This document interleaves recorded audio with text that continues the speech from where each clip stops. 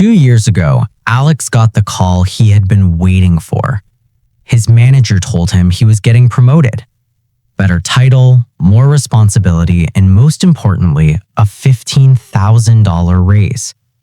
That moment felt like validation. All those late nights, all the weekends answering emails, all the stress. Finally, it paid off. He celebrated the way most people do. Dinner with friends, maybe a small splurge. But the real change happened slowly, almost invisibly. First, he upgraded his morning routine. Instead of making coffee at home, he started grabbing a cappuccino on the way to work. It was only $5 a day. Not a big deal. Then he moved to a nicer apartment. Nothing crazy, just a better neighborhood, safer building, shorter commute. The rent was about $300 more per month. Again, totally reasonable. A few months later, he upgraded his phone plan, started ordering food delivery a bit more often, subscribed to a few streaming services, bought slightly nicer clothes for work. None of these felt reckless. Each decision made sense in isolation. But 2 years later, something strange happened. Alex checked his bank account, and the balance looked almost identical to what it was before the raise. No big savings, no big investments, just the same feeling of living paycheck to paycheck.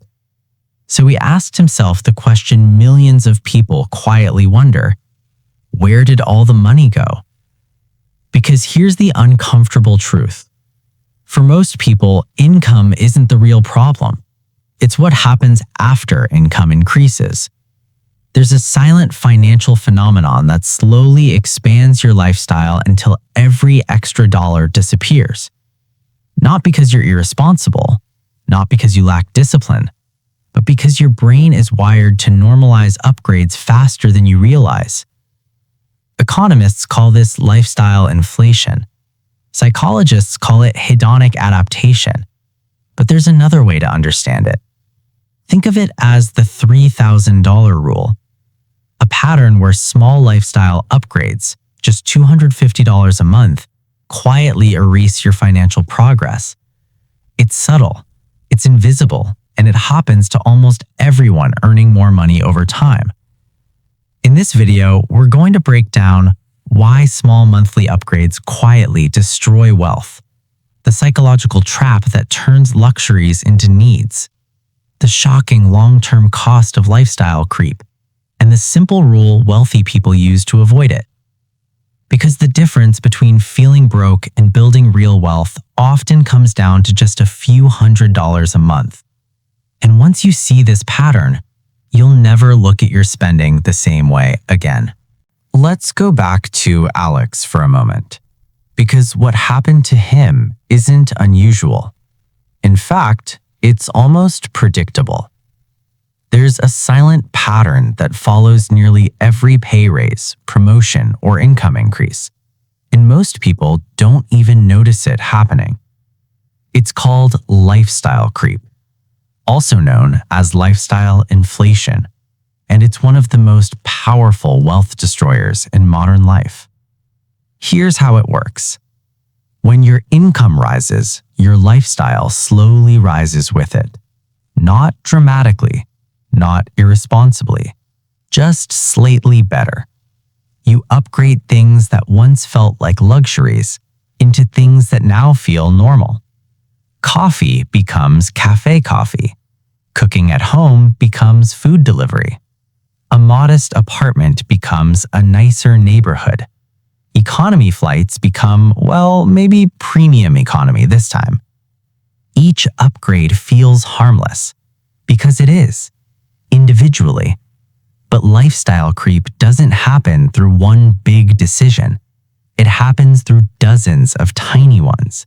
The extra $40 subscription, the slightly nicer gym, the weekend brunch habit, the ride sharing instead of public transport. None of these feel financially dangerous. But here's the problem. Your brain quickly recalibrates. What once felt like a treat now feels like the baseline. That cafe cappuccino? At first, it feels indulgent, but after a few weeks, making coffee at home starts to feel like a downgrade. That nicer apartment? At first, it feels luxurious, but 6 months later, it just feels normal.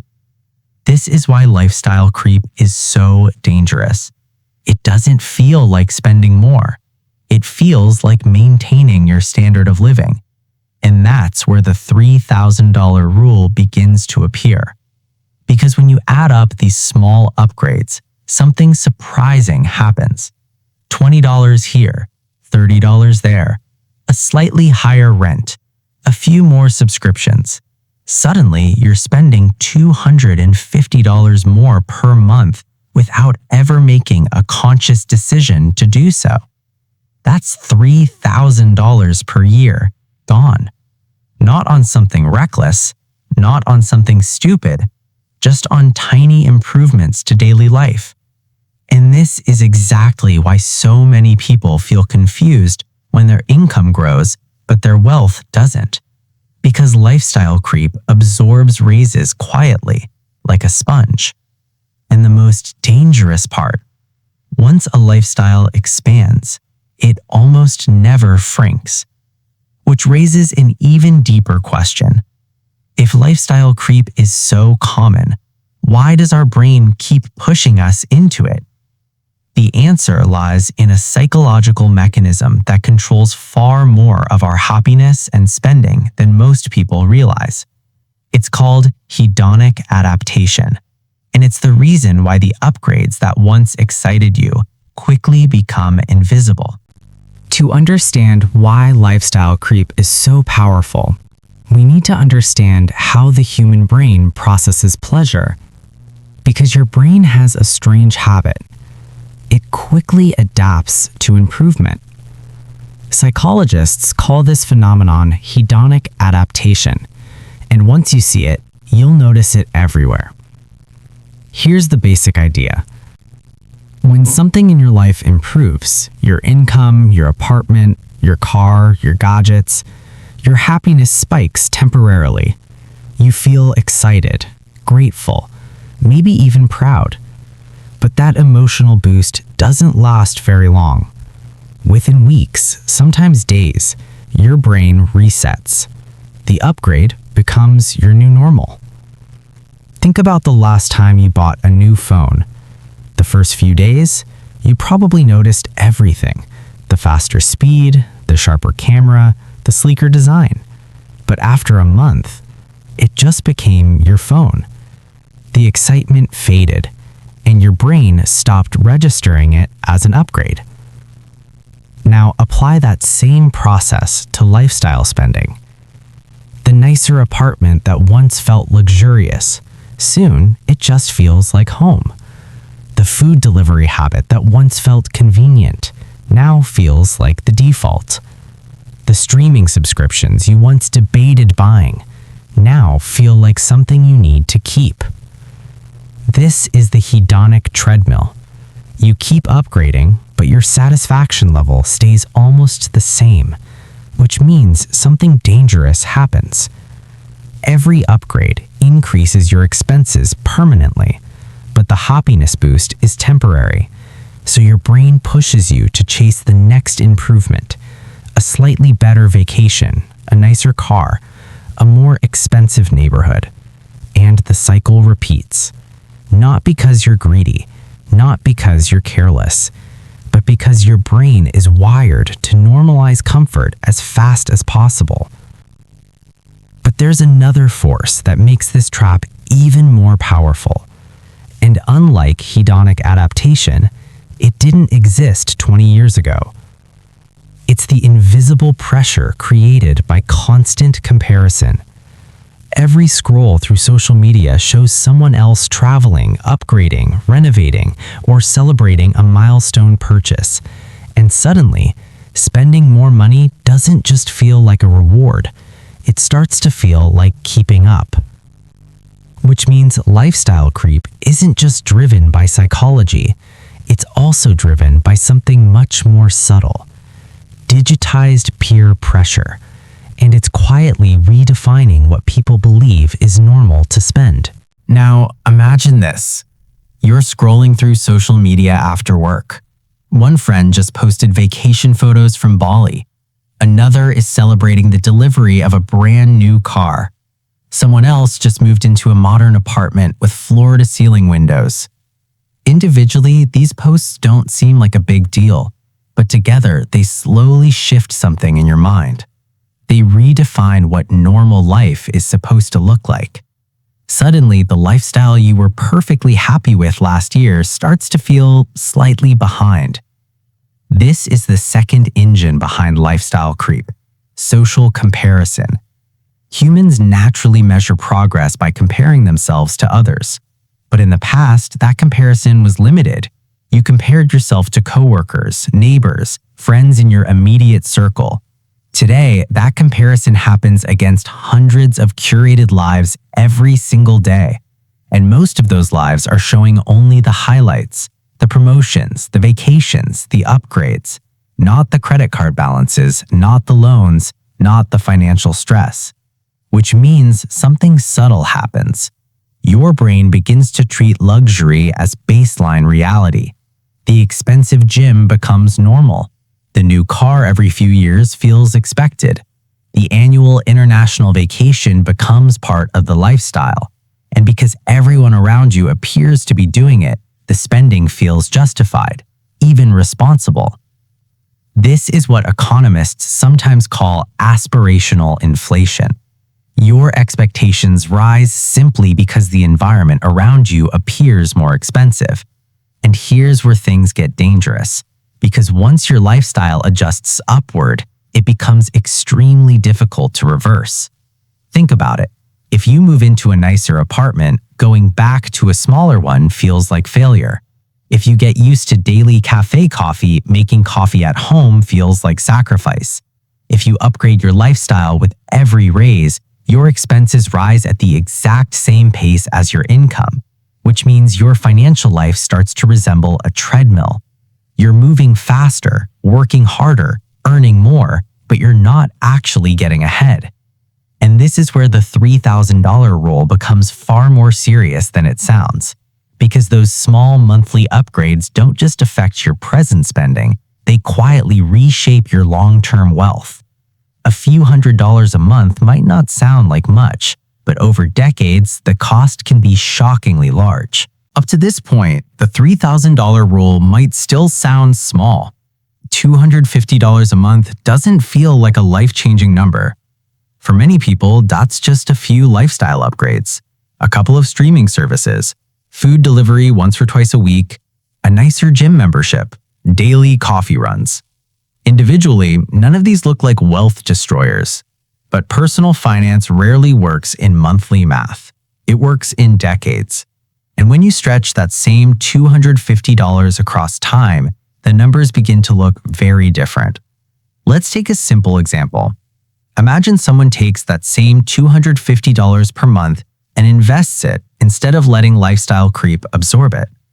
Assume a modest long-term market return of around 7% annually. After 10 years, that small monthly amount could grow to roughly $43,000. After 20 years, it becomes about $130,000. After 30 years, it crosses $300,000. That's the invisible cost of lifestyle creep, not the $250 you spend today, but the hundreds of thousands of dollars that money could have become. And the effect becomes even more dramatic when applied to debt. Take a mortgage, for example. Many homeowners focus on lowering their monthly payment, but the real power lies in reducing the timeline. Let's say someone redirects just $200 extra per month toward their mortgage principal. That small adjustment can shave years off the loan. And depending on the interest rate and loan size, it could reduce the total interest paid by over $100,000. Think about that for a moment. $200 a month. That's roughly the cost of a few subscription services, regular food delivery, a slightly upgraded phone plan. But redirected toward wealth building, it becomes something much bigger. This is why lifestyle creep is so dangerous. It quietly replaces long-term wealth with short-term convenience, not because people are irresponsible, but because the future consequences are invisible today. You feel the benefit of spending immediately, but you don't feel the cost of lost compounding for another 20 or 30 years. Which means avoiding lifestyle creep doesn't require extreme frugality. It requires something much simpler. A system that automatically captures part of your income before your lifestyle can absorb it. And one of the most powerful ways to do that is a rule followed by many long-term wealth builders. It's called the 50% raise rule. If lifestyle creep is the problem, then the real question becomes, how do you stop it without feeling deprived? Because most people approach this the wrong way. They try to control spending through willpower, budget harder, track every expense, force themselves to say no. But willpower is unreliable. When life gets busy, stressful, or emotionally overwhelming, spending habits quietly return. That's why many wealth builders rely on something much more powerful than discipline. They rely on automation. And one of the simplest systems is known as the 50% raise rule. Here's how it works. Every time your income increases through a raise, promotion, or new job, you immediately save half of the extra money. Not half of your total income, just half of the extra money. Let's say you receive a raise that increases your take-home pay by $600 per month. Under the 50% rule, $300 automatically goes towards saving or investing. $300 is allowed to upgrade your lifestyle. This does two powerful things at once. First, it protects your wealth-building momentum. Half of every raise immediately strengthens your future without requiring constant decision-making. But second, it still allows you to enjoy progress. You can upgrade your lifestyle slightly. Maybe better travel, maybe nicer experiences, maybe more financial breathing room. You're not denying yourself success. You're simply making sure your future self benefits as much as your present self. And the beauty of this rule is its simplicity, because the biggest danger of lifestyle creep isn't large spending. It's the invisibility of small changes.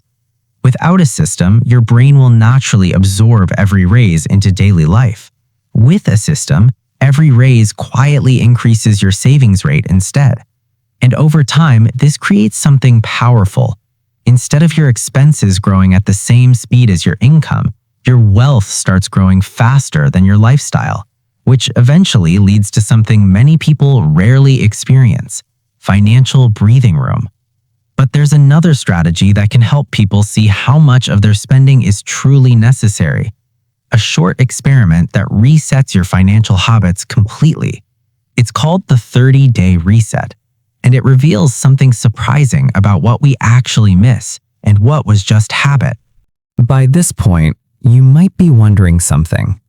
If lifestyle creep happens slowly and most spending habits feel normal, how do you actually see the difference between needs and habits?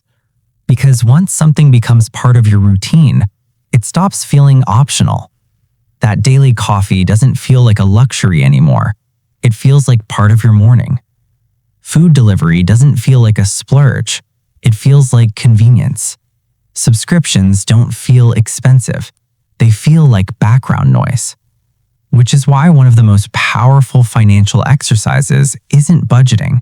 It's something much simpler: a 30-day spending reset. Think of it like hitting the reset button on your financial autopilot. For 30 days, you pause all non-essential spending. Not forever, just long enough to observe your habits.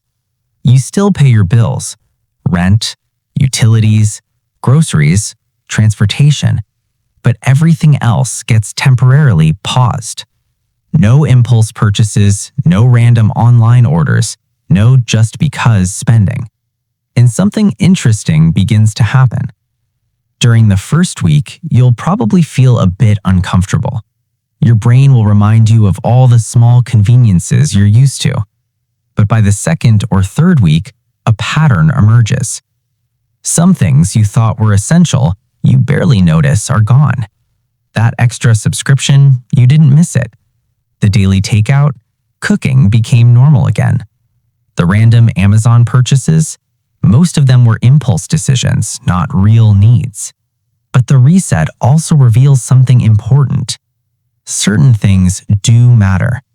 Maybe your gym membership truly improves your life. Maybe a weekend dinner with friends genuinely adds happiness. Maybe one streaming service is something you really enjoy. And that's the real goal of the reset. Not to eliminate spending, but to separate intentional spending from automatic spending. Because wealth building doesn't require living like a minimalist monk. It requires making sure your money flows towards things that actually improve your life, not just habits your brain adopted over time. Once you see that difference, something powerful happens. Spending becomes deliberate instead of automatic, and that shift alone can completely change your financial trajectory. Because ultimately, the real goal of avoiding lifestyle creep isn't restriction. It's something far more valuable: freedom. When people imagine financial success, they usually picture visible upgrades, the bigger house, the luxury car, the expensive vacations. But the truth is, those things are often the result of spending, not wealth. Real financial strength looks very different. It's the ability to walk away from a toxic job without panic. It's knowing an unexpected bill won't destroy your month. It's the calm that comes from seeing your savings quietly growing every year. And ironically, the people who reach that level of financial peace rarely get there through dramatic decisions. They get there through small rules applied consistently. Avoiding lifestyle creep, capturing part of every raise, letting compounding do its work. The $3,000 rule isn't about guilt. It's not about feeling bad for enjoying life. It's about recognizing how tiny upgrades can quietly redirect your financial future. Because $250 a month doesn't just buy small conveniences.